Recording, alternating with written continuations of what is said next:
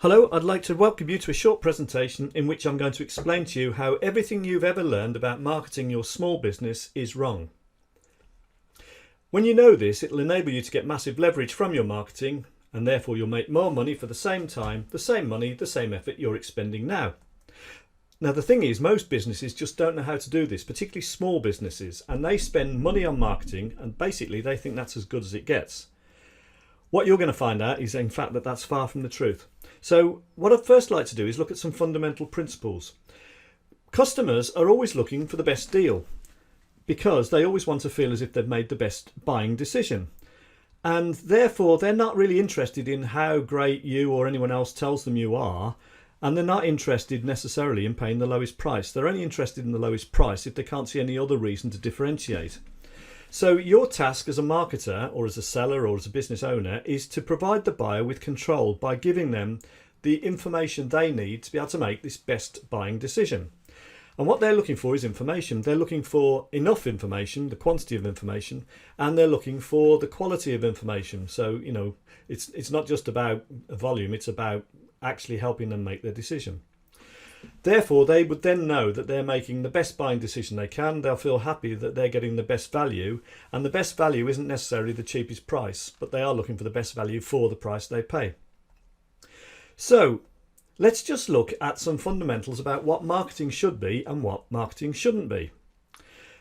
And if you know this and you actually apply it, then that will enable you to have competition crushing marketing, which will mean you would be able to dominate your market. And the reason you'd be able to dominate your market is because literally no one else is doing it.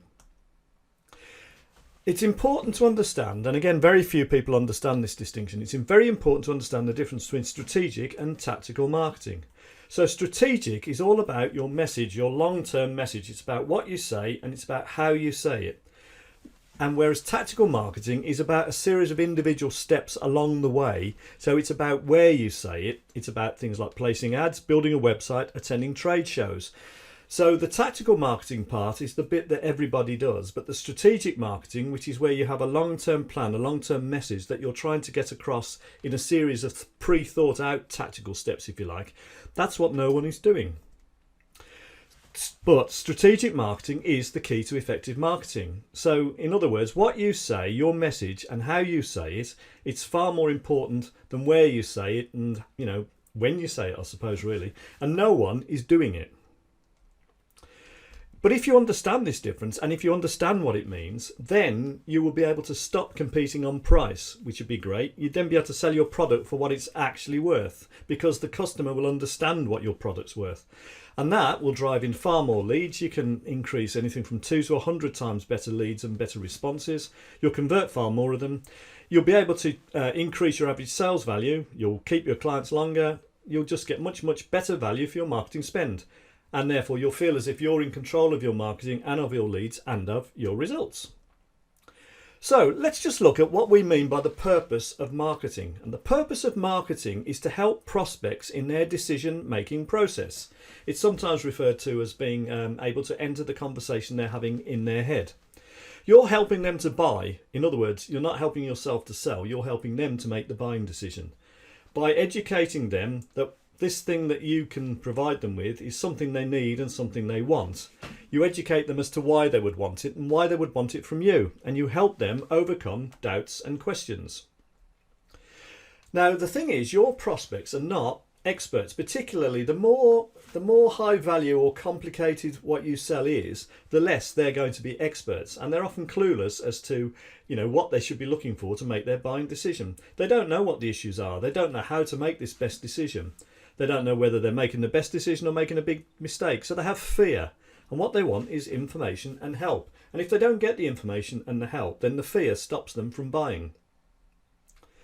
So what they're looking for is they want to be confident that when they buy something, they've spent their money well. They've made the best decision. They've got the best deal. They want certainty. They don't want to be second guessing the whole time.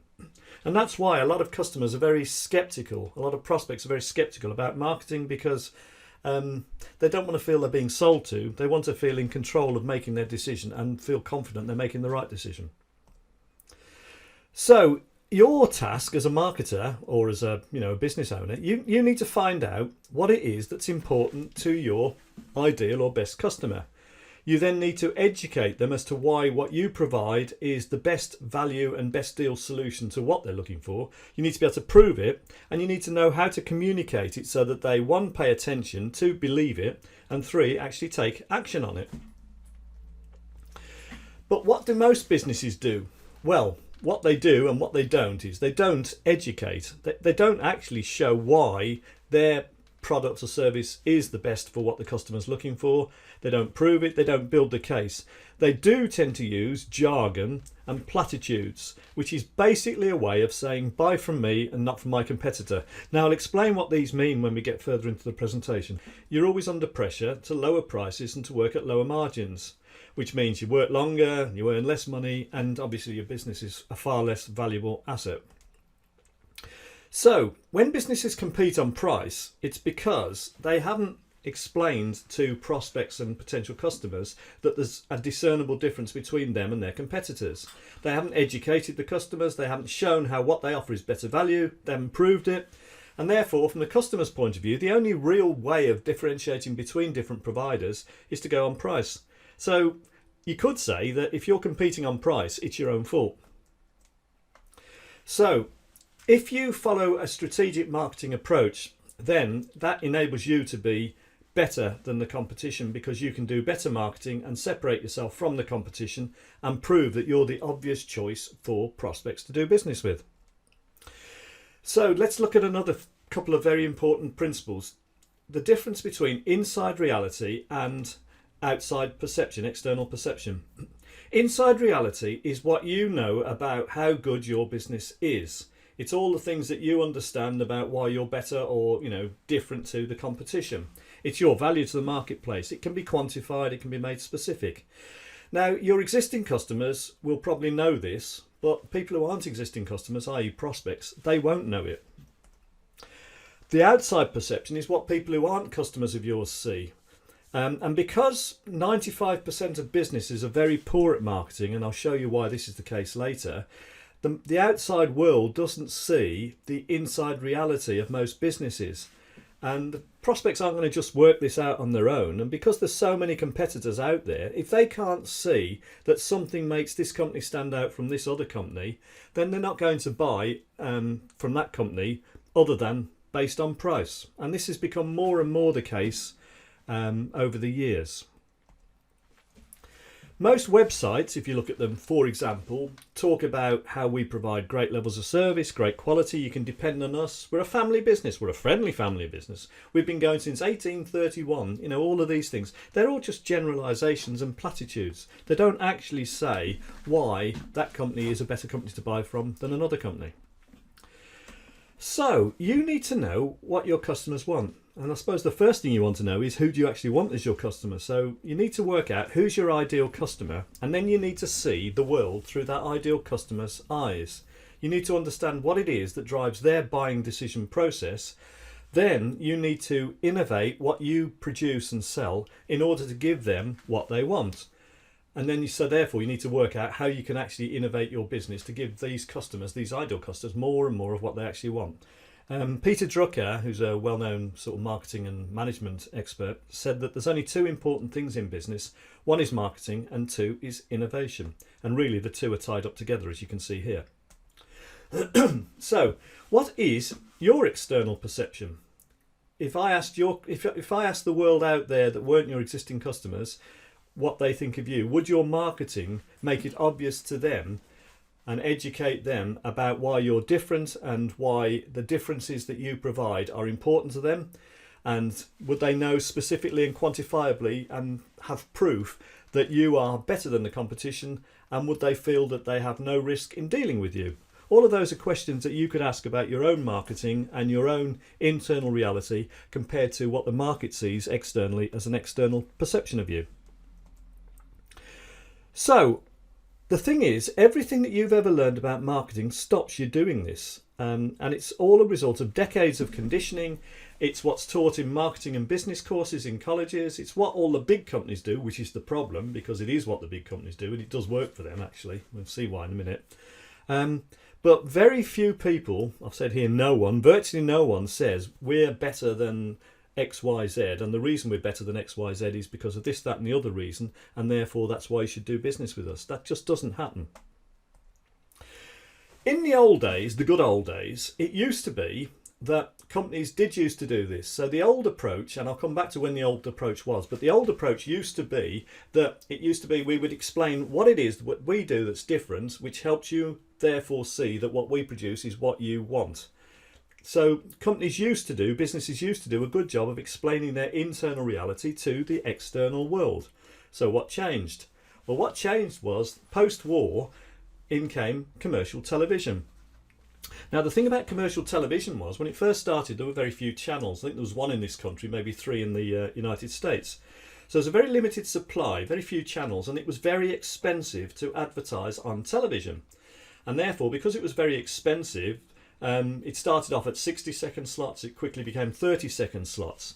So the companies that were advertising on television were paying lots and lots of money to advertise for 30 seconds, which really meant that they hadn't got time to build a case. What they had got time to was attract attention through slogans, but they didn't really have time to build this case to show the external world why their internal reality was better than the competition. And therefore, there wasn't any time to facilitate this decision making for the customers. But this is the other thing, they didn't need to either. Because it was so expensive to advertise on television, very few companies, only the biggest, could afford to do it.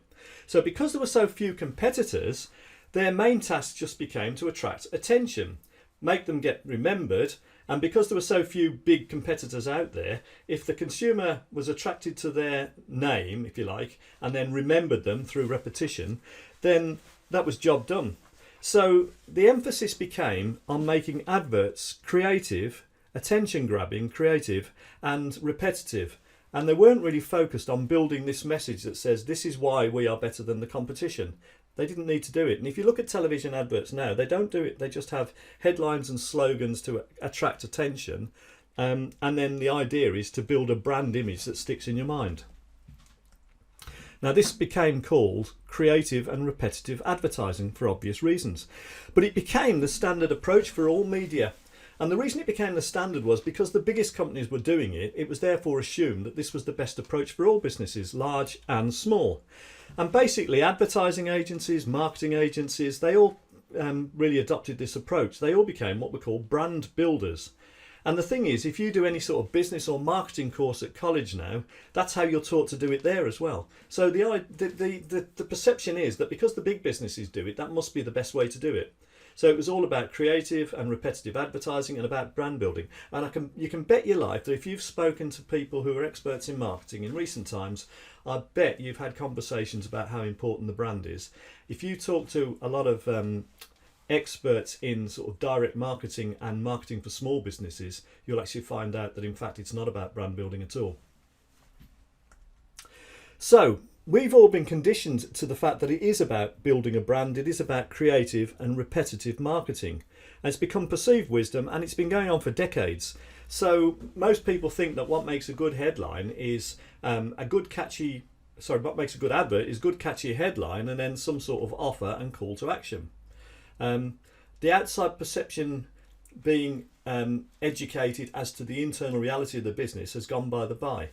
And what you've now got is adverts and marketing generally that's full of jargon. And we'll see more about that in a while. So by jargon, I mean things like we have the largest selection, we're the most professional, we have the lowest prices, highest quality, most convenient, we specialise, get the job done first time, been in business for 5,000 years, we guarantee satisfaction, we work harder, we're the experts, we're the largest in the area, we're more honest. All of these are statements which are sort of blowing your own trumpet really, but they're not, they're not quantifiable, they're not measurable, they're just jargon. And there are some tests to actually check whether you are actually falling into this jargon trap. So for instance, well, I would hope so. So going back to the previous slide, we provide a satisfaction guaranteed. Well, I would hope so.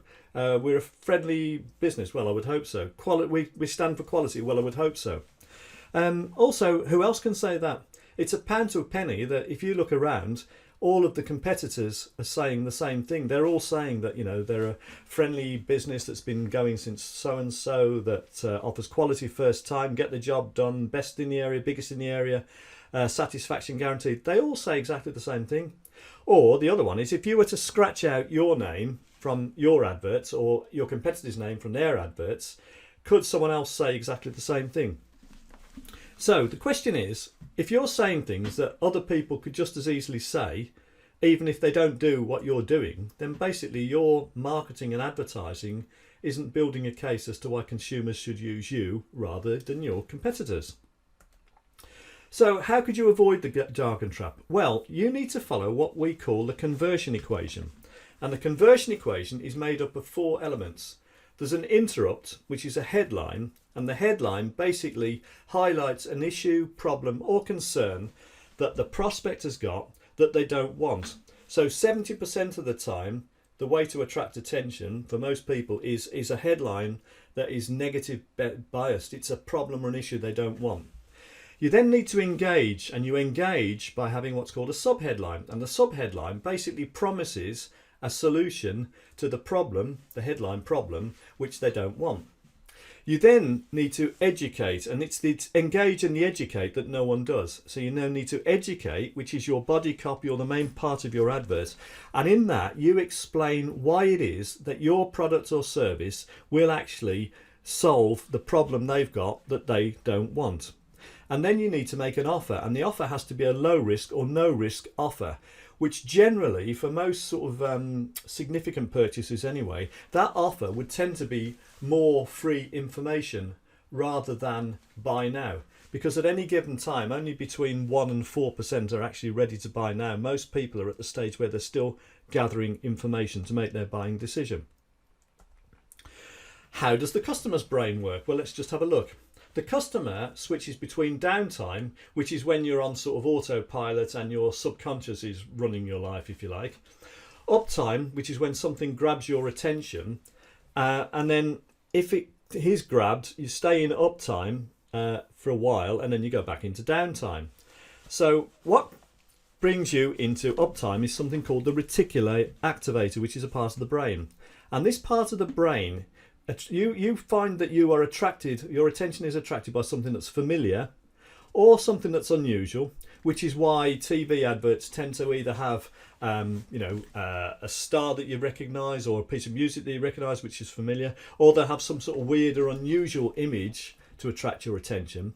Or the third thing that will attract your attention is where something talks about a problem or an issue that you've got and it's suddenly relevant to you. But the thing is that when you have your attention grabbed by the interrupt, unless you then engage, what happens is the brain just goes back into downtime. So the interrupt without the engage is useless. If you can engage, which in other words is, here's an issue or a problem you've got, read on or listen on and I can show you how there's a solution to that problem, then you are 1,000 times more likely to buy if you're engaged than if you're not. So the interrupt on its own is pretty useless. All that happens is if you don't engage attention afterwards, then the prospect goes back into downtime. So what are the things that attract attention? What are the things that interrupt? Well, it's mainly to do with problems, frustrations, uncertainties, annoyances, hurts. It's basically things the client, the customer doesn't want. They're negative things. So if there's an issue or a problem they've got that they don't want, and you see a headline that focuses in on that problem and then a subheadline that promises that there's a solution to that problem, then you will interrupt attention and you will also engage. Now, this is where most big businesses go wrong, because what they do is they will interrupt with a big headline, but they won't engage, they won't promise a solution and then educate as to why. They will just interrupt and then they'll make an offer. Where it works most effectively in terms of the conversion equation is you interrupt, which is you highlight the issue or the concern, then you engage by promising that there is actually a potential solution, then you educate as to how this solution could work, and then you make an offer. And the offer, because most people are not now buyers, at any given time it could be 1, it could be up to 4, normally it's nearer to 1 than 4, because most people aren't actually at the position to buy just yet, what they want is a risk-free offer, and that tends to be an offer of further information. So, my strategic marketing system will show you how this works. It'll give you clarity as to how to actually go about this strategic marketing approach. It'll give you loads of examples and templates, If you want more information as to how the system works and more proof that it works, then I can offer you a 45-minute interview where I promise to find any small business an extra £10,000 in revenue. It's a program I've developed which I intend to charge £2,000 for, and I will give a 500% written guarantee when I do. I'm writing a book about it to help market it. I need 10 more case studies to market it. So therefore, anyone who's willing to go through this process with me will spend 45 minutes on the phone, will find an extra £10,000 in revenue, and instead of charging £2,000, all I really want is your written authorization to enable me to use this as a case study in my book.